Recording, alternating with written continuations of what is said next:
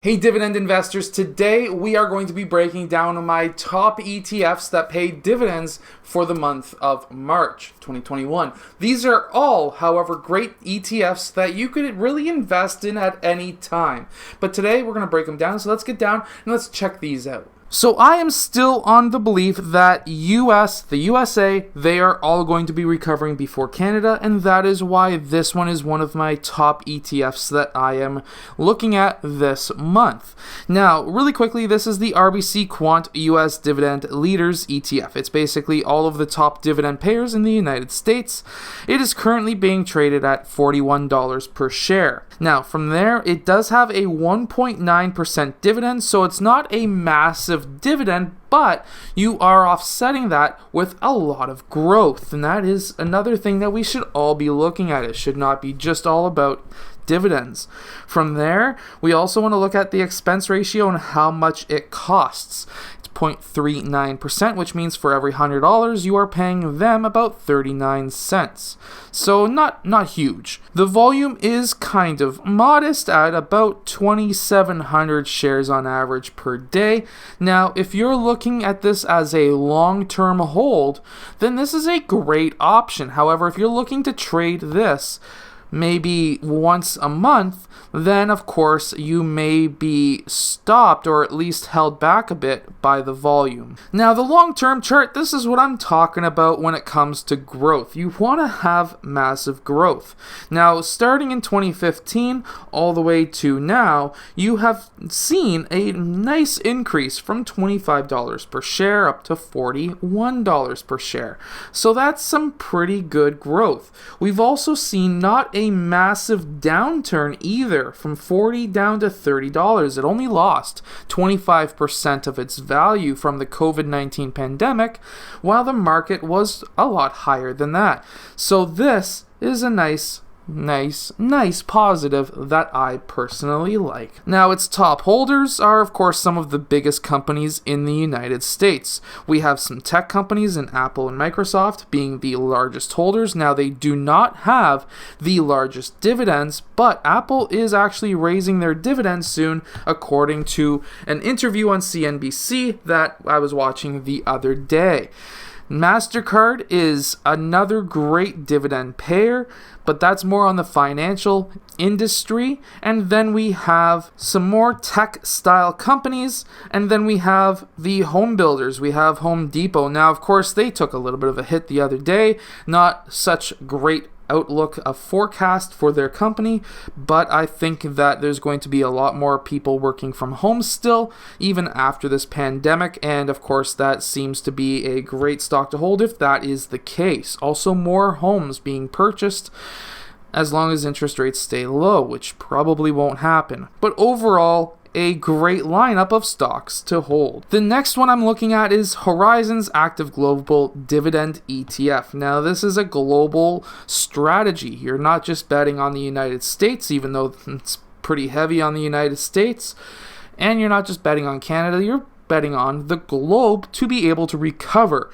Will it happen? We don't know, but at the same time, it seems like a pretty good strategy since we're all kind of working out from the recession that we've all put ourselves into.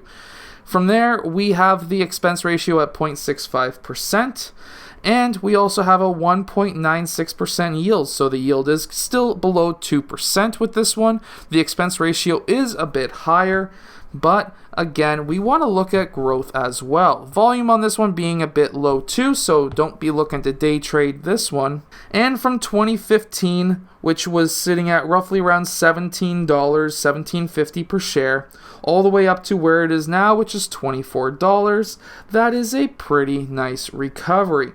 It did go from 25 down to about 20 for a brief stint from COVID-19, that lovely virus that the Chinese government allowed the world to have.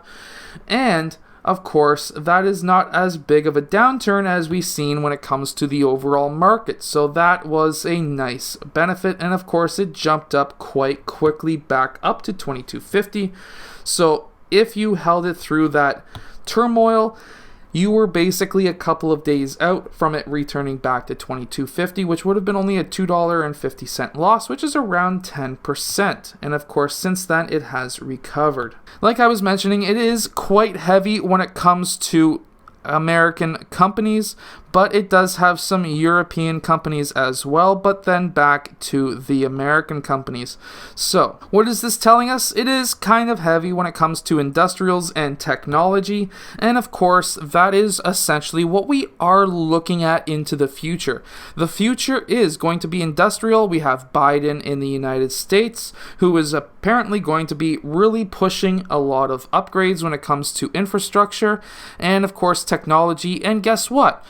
Right now, infrastructure is really tied together with technology because smart cities, smart appliances, smart everything. Everything is going smart. The whole power grid is going smart. Everything is going smart, which means that technology gets that boost because, of course, there is also that processor. There's just not enough processors being made right now. And that's probably going to be the same for the next 6 to 12 months. This next ETF is the Horizons Active Canadian Dividend ETF. Now, this is the one that is all Canadian stocks, which is fantastic. Its volume is a bit higher at 10,000 average per day. Its MER is a bit higher as well from the first ETF. The second ETF, it is a bit lower, 0.55. And, of course, the yield is looking a heck of a lot better at 3.5%. Now, this one has not recovered all that well. So this is why this one's starting to creep up to the top of my list, because it has a lot of growth yet to go. And why I'm saying that is because of some of the stocks that it does hold, but when we look at the rest of the world, they've already recovered back to pre-pandemic prices. A lot of Canada, when it comes to the dividend stocks, have not reached that height yet. So we still have a lot of growth to go as long as Trudeau wants to decide to finally get us some vaccines, whether you like them or not. And number one on the list is Royal Bank, and the banks all did extremely well, especially Bank of Nova Scotia. Toronto Dominion Bank, TD, didn't do all that great because their American earnings did go down, but they did still beat their earnings.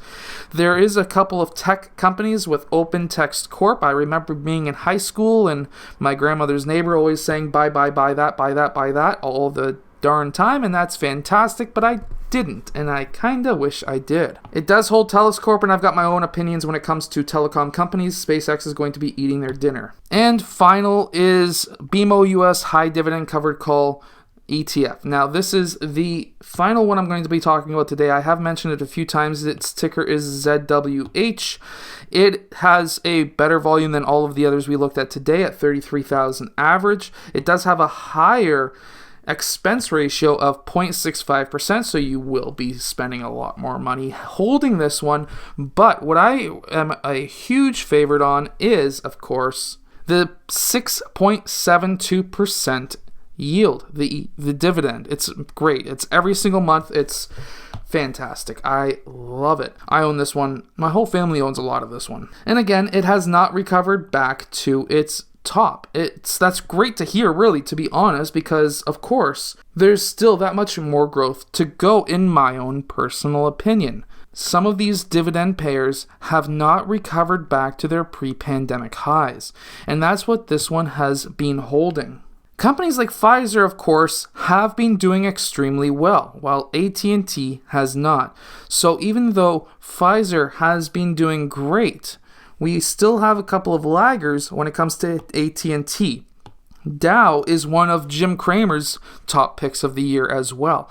So there's a couple of really great picks and some questionable ones right there, but we still have a great distance to go up with this ETF, in my own personal opinion. Now, my camera has died, so make sure to go check out the next video in the top corner and, of course, subscribe, and I will see you guys again next time.